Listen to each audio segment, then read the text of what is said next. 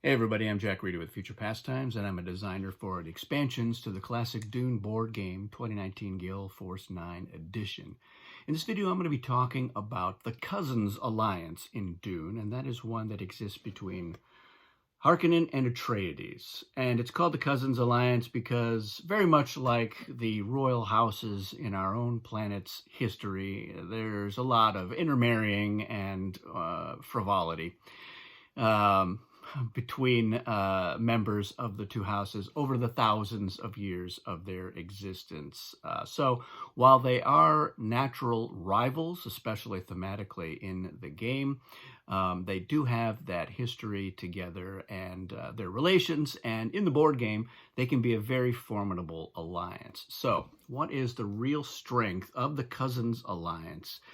It really comes down to the Harkonnen taking advantage of the Atreides' advantages. And a little bit the other way, but it's really all about using card knowledge in the bidding round to help the Harkonnen get a really powerful hand of treachery cards.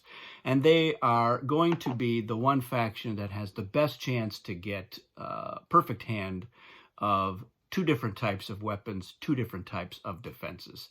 Now, you don't necessarily have to get that, but Atreides can help make that happen by looking at what cards are up for bid, helping Harkonnen win those bids, the two of them working together to help get other factions to buy the worthless cards or the cards that Harkonnen doesn't need or want.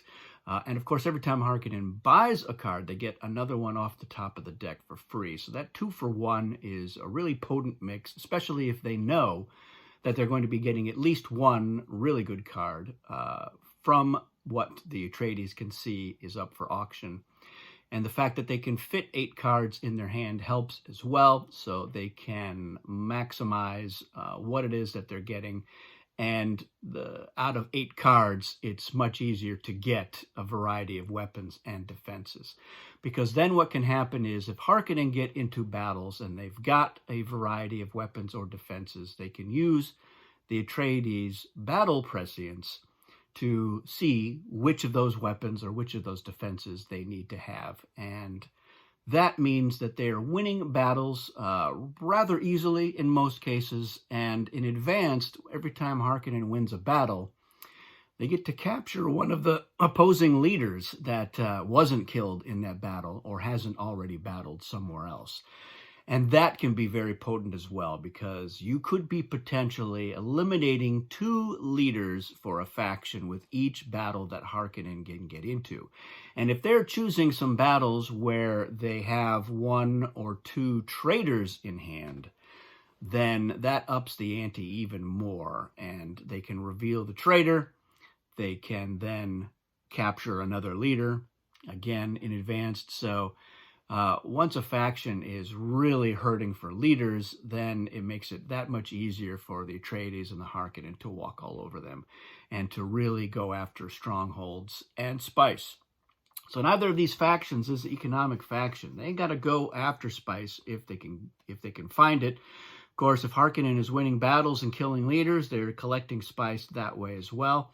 And the other benefit here, of course, for the Atreides is they can go after other leaders in battles. And if they're picking battles with factions that have traitors in Harkonnen's employ, Harkonnen can call traitor on those battles. So Harkonnen doesn't have to be in the battle. That is their alliance advantage. So if Atreides goes and fights a battle and the opposing player reveals a leader that is one of the Harkonnen traitor cards, Harkonnen can kill that leader as well. Now, they won't be able to capture because Harkonnen's not in the battle.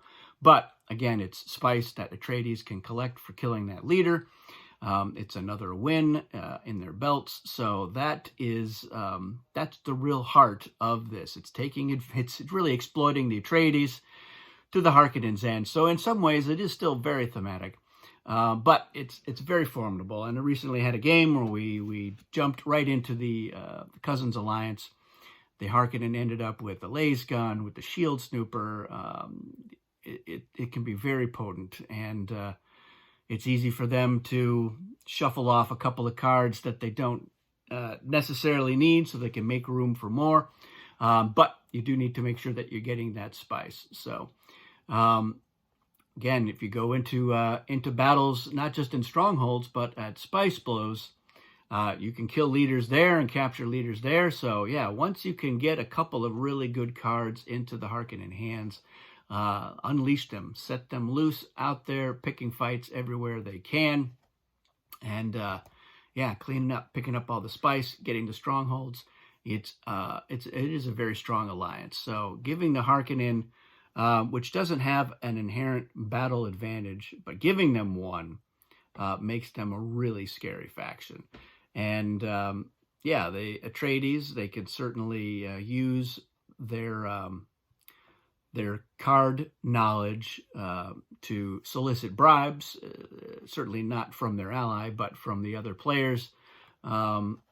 Even when they're in the alliance, there are times you don't necessarily have to let everybody know the card that you are intending for Harkonnen to get. But you can let them know, all right, you know, we're not going to bid on this card. And if you want to see what it is and want to make sure that it's not a worthless card or it's not a cheap hero or something that you don't want, get those bribes there as well. Harkonnen can solicit bribes as well. They can say, look, if we're going to get into this battle, if you don't want me to capture your leader, you don't want me to kill your leader, we'll take a bribe to ensure that that happens. So yeah, there's certainly ways that they can intimidate their way into getting some spice, but by and large, they got to go after the spice blows, or they got to get into fights. And I like to get into fights at the spice blows because you can pick up spice from killing leaders and then clean up the spice that's there left over afterwards. So that's the Cousins Alliance. Let me know what you think of this. Is this an alliance that is high on your go-to list? Like, oh yeah, I definitely am looking to get these two factions together. And if you're not either of these factions, how does it make you feel seeing them get into an alliance? How nervous does it make you? It should make you a little bit nervous. You know, the Bene Gesserit, of course, they've got the voice, and the Emperor and the Fremen have got their special forces. The Guild has their tricks. So there's a nice bit of balance between the factions, but this is an alliance I like a lot. And when I'm Harkonnen, first I try to help Atreides unlock their Kwisatz Haderach. And at that point, it's really, you know, unless I've got a lot of Atreides traders, and that's the thing, is your trader makeup is really going to dictate your best alliance options as the Harkonnen. Now, you know that if you've got a couple of Atreides, you can give them some safe leaders so that they know they can use those. So it's not a total wash in there. But once they've got the Kwisatz Haderach unlocked, then you can't call traitor whenever they show up in a battle. So it doesn't make the Atreides the ideal alliance to be working against.